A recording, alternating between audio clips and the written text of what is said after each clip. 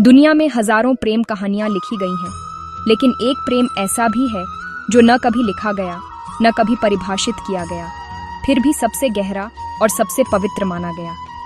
यह है राधा और कृष्ण का प्रेम।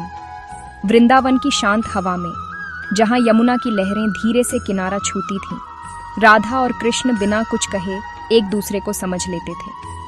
उनके प्रेम को किसी वचन की, किसी नाम की या किसी पहचान की जरूरत नहीं थी।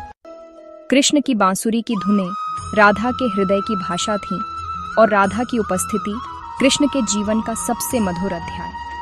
लोग अक्सर पूछते हैं कि अगर उनका प्रेम इतना गहरा था तो वे साथ क्यों नहीं हुए। इसका उत्तर इतना सरल है कि कई दिल उसे समझ नहीं पाते। उनका प्रेम साथ रहने की कहानी नहीं था, बल्कि आत्माओं के मिलन की कहानी था। वे एक दूसरे में इतने रचे बसे थे कि दूरी भी उन्हें अलग नहीं कर सकी।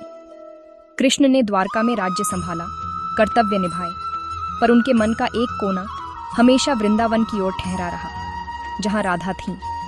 और राधा के मन में कृष्ण ऐसे बसते थे जैसे श्वास, जिन्हें अलग किया ही नहीं जा सकता। राधा कृष्ण ने दुनिया को सिखाया कि सच्चा प्रेम केवल साथ होने में नहीं, बल्कि उस अनुभूति में है जहां दो हृदय एक ही ताल पर धड़कते हैं। उनका प्रेम न पूर्णता चाहता था, न प्रमाण। वह स्वयं में ही पूर्ण था, निर्मल, शाश्वत और अनंत। इसीलिए कहा जाता है कि राधा और कृष्ण एक दूसरे के नहीं थे, वे एक दूसरे ही थे।